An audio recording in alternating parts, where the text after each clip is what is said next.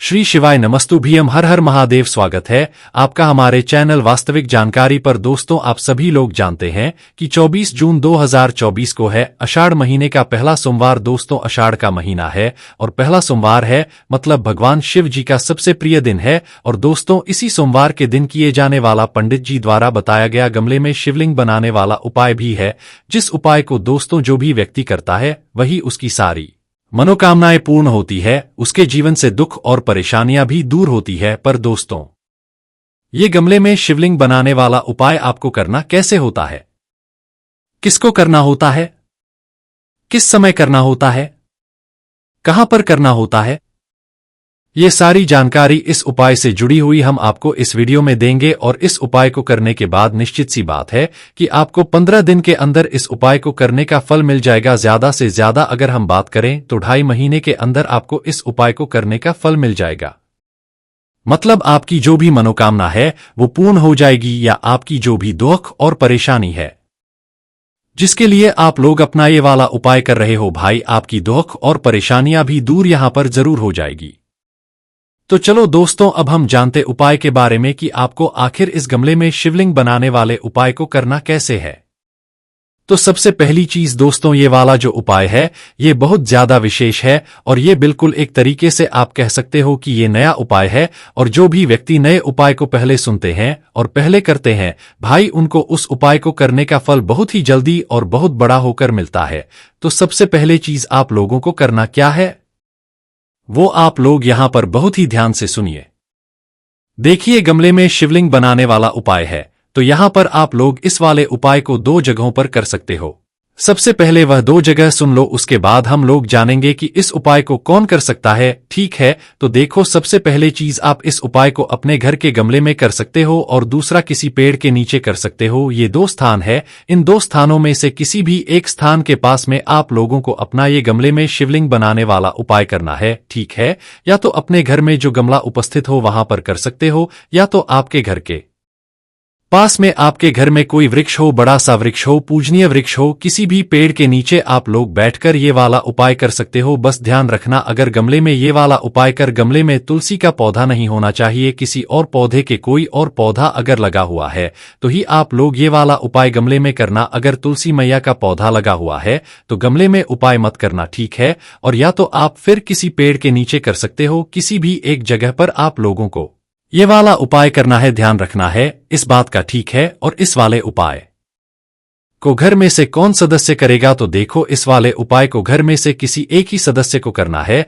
घर के सभी सदस्यों को नहीं करना है। क्योंकि घर का अगर एक कोई बड़ा मुख्य सदस्य भी इस वाले उपाय को करेगा तो उसके पूरे भरे परिवार को इस उपाय को करने का फल मिल जाएगा। तो भाई, पहला काम आप लोगों का क्या रहेगा कि भाई घर की जो बड़ी माताएं बहनें हैं वो मुख्य रूप से वही ये वाला उपाय करेंगी। अगर घर की बड़ी माताएं बहनें किसी कारणवश उपाय ना कर पा रही हों, या घर की बड़ी माताएं बहनें घर में उपस्थित ना हो, तो भाई फिर घर का कोई बड़ा पुरुष भी इस वाले उपाय को कर सकता है, फिर कोई दिक्कत वाली बात नहीं है। पर मुख्य रूप से घर की जो माताएं बहनें होंगी उन्हीं को ये वाला उपाय करना चाहिए, अपनी घर की सुख और शांति के लिए, मनोकामना पूर्ति के लिए और दुख और समस्याओं को दूर करने के लिए। ठीक है, तो ये बात आप लोग यहां पर समझ गए होंगे। तो भाई, आपको करना क्या है, तो अब यहां पर आप लोग सबसे पहले उपाय की सुन लो। तो देखो, सोमवार का दिन रहेगा, 17 जून को सोमवार रहेगा। तो 17 जून को सोमवार के दिन इस वाले उपाय को आपको सुबह सुबह करना है। सुबह से लेकर दोपहर के समय के बीच में आप लोग कभी भी इस वाले उपाय को कर सकते हैं। मतलब 12 बजे से पहले पहले आप लोग कभी भी इस वाले उपाय को आप लोग कर लेना, आपको उपाय को करने का फल जरूर मिलेगा। तो अब यहां पर उपाय की सामग्री क्या है वो भी हम लोग यहां पर जान लेते हैं। तो देखो, उपाय की जो सामग्री है वो सबसे पहले है दोस्तों 5 बेलपत्र। क्या है 5 बेलपत्र? अब ये जो 5 बेलपत्र है, अगर कोई ऐसा प्रश्न करेगा कि 5 बेलपत्र ना मिले तो क्या करें, देखो, 5 बेलपत्र अगर नहीं मिले तो आप उपाय नहीं कर पाओगे। इसलिए 5 बेलपत्र या तो आप किसी वृक्ष से तोड़कर लाना या कहीं से खरीद कर लेकर आ जाना। पर इस उपाय में हमें 5 बेलपत्र की आवश्यकता पड़ेगी और ये वाला उपाय भगवान शिव जी के मंदिर में जाकर नहीं होगा, इस बात का भी आप लोग ध्यान रखना। तो सबसे पहली चीज 5 बेलपत्र आप लोगों को यहां पर रख लेना है। उसके बाद में दोस्तों क्या लेना है, आप लोगों को एक घी का दीपक, जो घी का दीपक आटे का होगा, जिसके अंदर गोल बत्ती आप लोग रखोगे और शुद्ध देसी गाय का घी उसके अंदर डालोगे तो एक जो है ये आपको घी का दीपक भी यहां पर तैयार कर है। घी का दीपक तैयार करने के बाद दोस्तों आपको अपने साथ में रखना है 2 लोटा जल।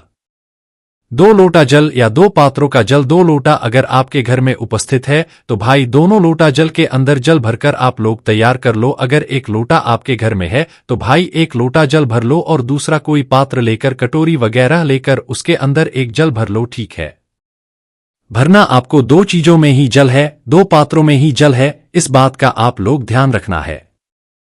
तो ये पूरी उपाय की सामग्री है जो कि आप लोगों को उपाय करने से पहले जो है तैयार करके रख लेना है। और ये वाला उपाय सुबह से लेकर दोपहर के समय के बीच में ही, ये वाला उपाय शाम के समय नहीं होगा। इस बात का आप लोग विशेष रूप से ध्यान रखिएगा। ठीक है, तो भाई जब भी आपके उपाय की तैयारी पूरा हो जाए तो भाई उसके बाद में आपको उपाय को करने के लिए उस जगह पर पहुंच जाना है जहां पर आप लोग अपने ये वाला उपाय करने वाले हो। उपाय जितना जल्दी करने की कोशिश करोगे उतना ज्यादा अच्छा होगा। ठीक है, तो सुबह सुबह उठकर आपको उपाय करने की पूरी तैयारी करके उपाय करने के लिए पहुंच जाना है। इस उपाय को करने की सबसे अच्छी बात यही है कि इस उपाय को आप अपने घर के आसपास या घर में ही कर सकते हो, क्योंकि घर में आपके गमले भी उपस्थित होते हैं और पेड़ भी उपस्थित होते हैं ना। तो भैया आपको कोई भी एक गमला लेना है जिसके अंदर तुलसी का पौधा ना हो, कोई फूल का पेड़ लगा हो, कोई भी पेड़ लगा हो भाई, उसके नीचे आप लोग अपना ये वाला उपाय कर सकते हो। या तो किसी एक बड़े से पेड़ के नीचे जाना है, चाहे बेलपत्री का हो, चाहे आम का हो, चाहे वो घी का हो, अमरूद का हो, किसी भी चीज का हो, पूजनीय वृक्ष हो, बेलपत्र या पीपल वगैरह किसी का भी वृक्ष हो, उस पेड़ के नीचे आप लोग अपना ये वाला उपाय जाकर कर सकते हो। है ना, तो करना क्या है, सबसे पहले वहां पर जाकर बैठ जाना है।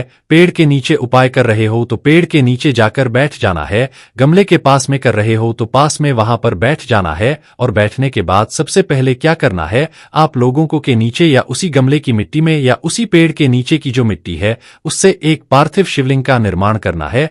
पार्थिव शिवलिंग का निर्माण करने के लिए आपको कुछ ज्यादा मेहनत करने की जरूरत नहीं है। मात्र जो गमले की मिट्टी है या जो पेड़ के नीचे की मिट्टी है उसे अपने सीधे हाथ की हथेली से थोड़ा ऊपर की ओर उठा लेना और एक पार्थिव शिवलिंग का आप लोग स्वरूप दे देना। बस इतना ही आपको करना है, इसके अलावा कुछ ज्यादा नहीं करना है ना। तो थोड़ी सी मिट्टी को ऊपर की ओर उठाकर आप एक पार्थिव शिवलिंग बना लेना। ठीक है, आप चाहे ये उपाय गमले के अंदर करो या तो पेड़ के नीचे करो, विधि एक सी ही रहेगी, कोई भी बदलाव नहीं रहेगा। तो भाई सबसे पहले आप लोग पार्थिव शिवलिंग का यहां पर निर्माण कर लेना है।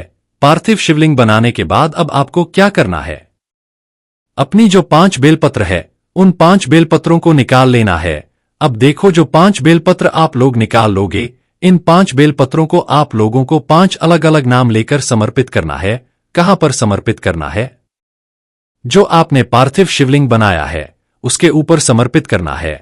और ध्यान रखना, जो 2 पात्रों में आप जल लेकर आए हो या जो 2 लोटा में आप लोग जल लेकर आए हो, ये 2 लोटा जरा आपको अभी नहीं चढ़ाना है जब तक हम आपको नहीं बता देते। पहले आपको अपनी वह 5 बेलपत्र निकालना है और उपाय को करते समय सीधे हाथ का विशेष रूप से आप लोग इस्तेमाल करना। तो 5 बेलपत्र निकालकर आप अपने सामने रख लीजिएगा। और 5 बेलपत्र अपने सामने निकालकर रखने के बाद आपको क्या करना है कि एक एक बेलपत्र आपको क्या करना है, उस पार्थिव शिवलिंग के ऊपर चढ़ाते जाना है। डंडी का मुख आपकी तरफ होना चाहिए। इस प्रकार से आपको इन 5 बेलपत्र को एक एक करके चढ़ाना है, एक साथ नहीं चढ़ाना है। उसी पार्थिव शिवलिंग के ऊपर जो आपने पेड़ के नीचे बनाया हुआ है या गमले के अंदर बनाया हुआ है, ठीक है, किसी एक ही जगह पर उपाय करना है। बस हम आपको उदाहरण के लिए जगहों के बारे में बता रहे हैं, इस बात का आप लोगों को ध्यान रखना है। तो करना क्या है भाई, 5 बेलपत्र आपके पास हैं। सबसे पहले अपनी पहली बेलपत्र निकाल लो। हर एक बेलपत्र को चढ़ाने के बाद शिव जी की 5 पेटियों में से एक एक का नाम आपको बोलते जाना है। पहले हम आपको एक साथ नाम बोलकर बता देते हैं। शिव जी की 5 पेटियों का जया, विषहरा, शामली बारी, दौतली और देव, ये शिव जी की 5 पेटियों का नाम है जिसको आपको लिख लेना है या तो मन ही मन याद कर लेना है। एक और बार हम आपको बोलकर बता देते हैं, जया, विषहरा, शामली बारी, दौतली और देव, है ना। तो भाई हर एक बेलपत्र को चढ़ाने के बाद आपको एक एक नाम बोलना है। जैसे हमने आपको एक नाम बोलकर बताया ना, तो पहली आपने बेलपत्र चढ़ाई तो जया बोल दिया, फिर दूसरी बेलपत्र आपने शिवलिंग पर चढ़ाई, उस पार्थिव शिवलिंग पर चढ़ाई तो बोल दिया, फिर तीसरी बेलपत्र शिवलिंग पर चढ़ाई तो भाई शामली बारी बोल दिया, फिर चौथी बेलपत्र शिवलिंग पर चढ़ाई तो बोल दिया, फिर पांचवी बेलपत्र शिवलिंग पर चढ़ाई तो देव बोल दिया। इस तरीके से आपको ये 5 बेलपत्र एक एक नाम बोलते हुए उस पार्थिव शिवलिंग के ऊपर चढ़ा देना है। ठीक है, उस पार्थिव शिवलिंग के ऊपर यह 5 बेलपत्र चढ़ाने के बाद आपको क्या करना है कि भाई अपना जो 2 लोटा जल, उस 2 लोटे जल को आप लोगों को क्या करना है, इसी पार्थिव शिवलिंग के ऊपर इन्हीं 5 बेलपत्र के ऊपर आमने सामने कर लेना है, या 2 पात्रों का जो जल है वो आपको आमने सामने कर लेना है उस पार्थिव शिवलिंग के, या उन 5 बेलपत्र के ऊपर की ओर करके। तो आमने सामने दोनों पात्रों को करते हुए आप उन दोनों पात्रों से एक धारा से धीरे धीरे करके इन्हीं 5 बेलपत्र के ऊपर अपने उस पार्थिव शिवलिंग के ऊपर जो है जल की धारा गिराना शुरू करना है। क्योंकि देखो पार्थिव शिवलिंग तो छोटा रहेगा, वह बेलपत्र के नीचे ही हो जाएगा, तो भाई आपको जो जल है वो बेलपत्र के ऊपर ही समर्पित करना है। पार्थिव शिवलिंग का वह अपने आप ही जो है हो जाएगा। तो दोनों पात्रों को आमने सामने करते हुए एक धारा से धीरे धीरे करके जो जल है वो आपको समर्पित करते जाना है, और जैसे ही आप लोगों का पूरा जल आपका समर्पित हो जाता है, तो वही जल समर्पित करने के बाद आप अपने साथ में जो घी का दीपक लेकर आए हुए हैं वही उस घी के दीपक को आप लोग जला लीजिए। ठीक है, इस घी के दीपक को आप लोग उपाय को करने से शुरू करते समय भी जला सकते हो और अभी भी जला सकते हो, तो शुरू में भी जलाओगे तो भी कोई दिक्कत वाली बात नहीं है। तो आप अपने इस दीपक को जला लो। इस दीपक को घर से जलाकर नहीं लेकर आना है, यहीं आकर जलाना है, वो भी अपनी माचिस से जलाना। इस दीपक को यहां पर आकर आप लोग क्या करना है, सबसे पहले जला देना है। दीपक को जलाने के बाद आप चाहो तो इस दीपक से आरती कर सकते हो, पूजन कर सकते हो, अर्चना कर सकते हो, और दीपक से आरती पूजन करने के बाद इस दीपक को उसी पार्थिव शिवलिंग के पास में, अपने गमले के पास में, कहीं पर भी, उस पेड़ के पास में, कहीं पर भी जहां पर आप लोग अपना पार्थिव शिवलिंग बनाया या उपाय कर रहे हो वहीं पर पास में ये वाला दीपक रख देना।